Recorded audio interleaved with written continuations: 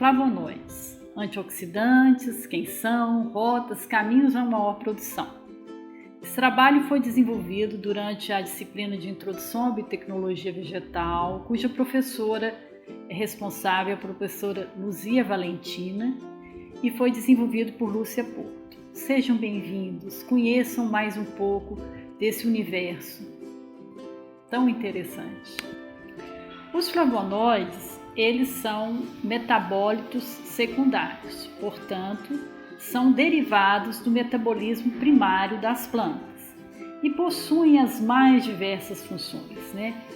São, em geral, as cores das flores, são substâncias que repelem herbívoros, né? São substâncias que impedem que outras plantas desenvolvam próximas àquela planta mãe, né? Estimulam a ovoposição, são substâncias fotorreceptoras, antioxidantes e mesmo antimicrobianas. São eles que dão as cores das nossas frutas. Existem duas rotas de biossíntese de flavonoides, via acetil com enzima A ou via ácido chiquímico. A estrutura geral de um flavonoide é que agora vocês estão visualizando. Reparem que ele tem um anel A constituído por 6 carbonos, um anel B também constituído por 6 carbonos e um anel C constituído por 3 carbonos. É fascinante pensar que todas essas substâncias têm em comum essa estrutura química. Ao ler um pouco sobre o assunto, com certeza vocês já devem ter ouvido falar das antocianinas, das chalconas, das flavononas, das flavonas, dos flavonoides e mesmo das isoflavonoides, né? Todo esse universo são, na verdade, dos flavonoides, né? De subclasses dos flavonoides. Voltando na história, é impossível não lembrar que foram graças ao trabalho de Mendel que iniciou-se os estudos sobre a genética. E esses estudos só foram possíveis porque Mendel escolheu determinadas características que eram codificadas por apenas um par de genes. E também só foi possível que ele visualizasse isso porque essas características, por exemplo, no caso da semente, eram flavonoides, né? Que davam ou a cor verde ou a cor amarela. Hoje se sabe as rotas, né? Muitas das rotas de síntese de alguns flavonoides, né? Que dão, por exemplo, as cores, as plantas, as antocianidinas, né? E o que a gente visualiza aqui? A gente visualiza as rotas, né? E nessas rotas, essas letras aqui, elas estão indicando o quê? Enzimas, né? E a gente deve lembrar o seguinte, que sem essas enzimas, essas reações químicas, elas não ocorreriam.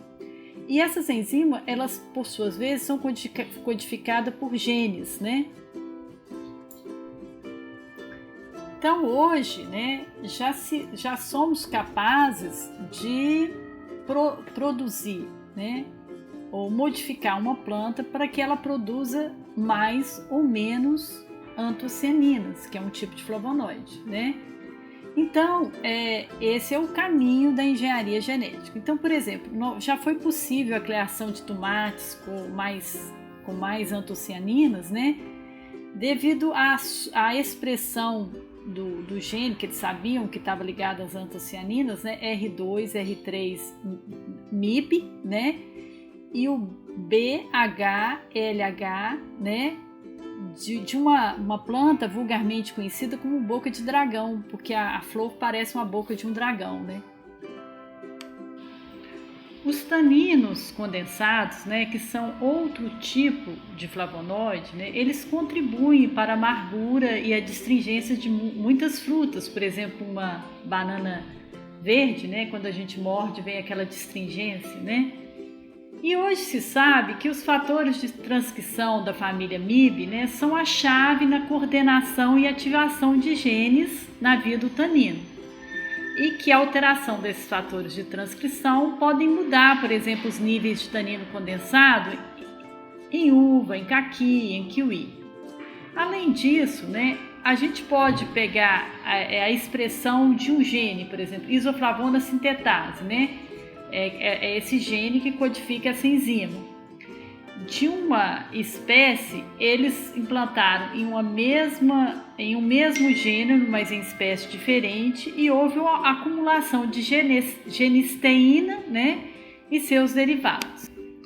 O tomate é um bem conhecido modelo de utilização na engenharia genética de flavonoides, porque a manipulação do tomate já é conhecida e já é feita no cotidiano. Como, né? Aumentando a produção de flavonoides endógenos, usando reguladores de genes estruturais, né, já que eles conhecem a via. Além disso, eles usam RNA de interferência para bloquear o caminho-chave na via dos flavonoides, ou mesmo produzindo novos flavonoides, né, por introdução de genes nas vias dos flavonoides. Trouxe aqui para vocês, né, essas rotas de biossíntese de flavonoides, só para vocês vivenciarem, né, verem essa complexidade dessas rotas que já são hoje conhecidas, as enzimas que atuam, né?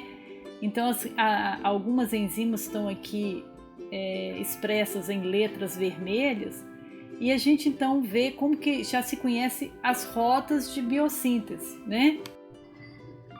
Só são possíveis os conhecimentos e a manipulação da engenharia genética graças aos conhecimentos que hoje se tem sobre as rotas dos flavonoides. Isso só é possível, conforme vocês já sabem, né, devido aos conhecimentos que a gente tem hoje referente ao DNA, né? Então, os genes estão dentro do DNA, né? Os DNA, eles estão no núcleo, e aí nós temos os RNA mensageiros, né? E ocorre então a transcrição desse material via RNA mensageiro, né? E existem os eventos de RNA mensageiro para a proteína, é a tradução, né? E mesmo após a síntese dessa proteína, existem mecanismos, né, que podem fazer com que a proteína não fique ativa, por exemplo, a ubiquitinação dessa proteína, né? Então, assim, hoje já se conhece essas vias e é graças a isso que se é possível manipular a produção, por exemplo, de antocianinas.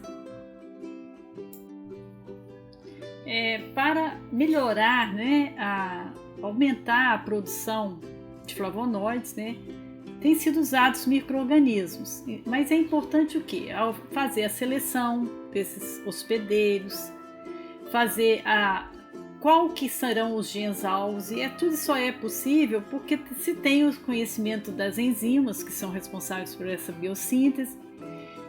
E, em geral, né, os micro-organismos que são mais utilizados para engenharia genética são os que a gente também, que você já deve ter ouvido falar, do Saccharomyces cerevisiae, da Escherichia coli, ou mesmo do Streptomyces venezuelae.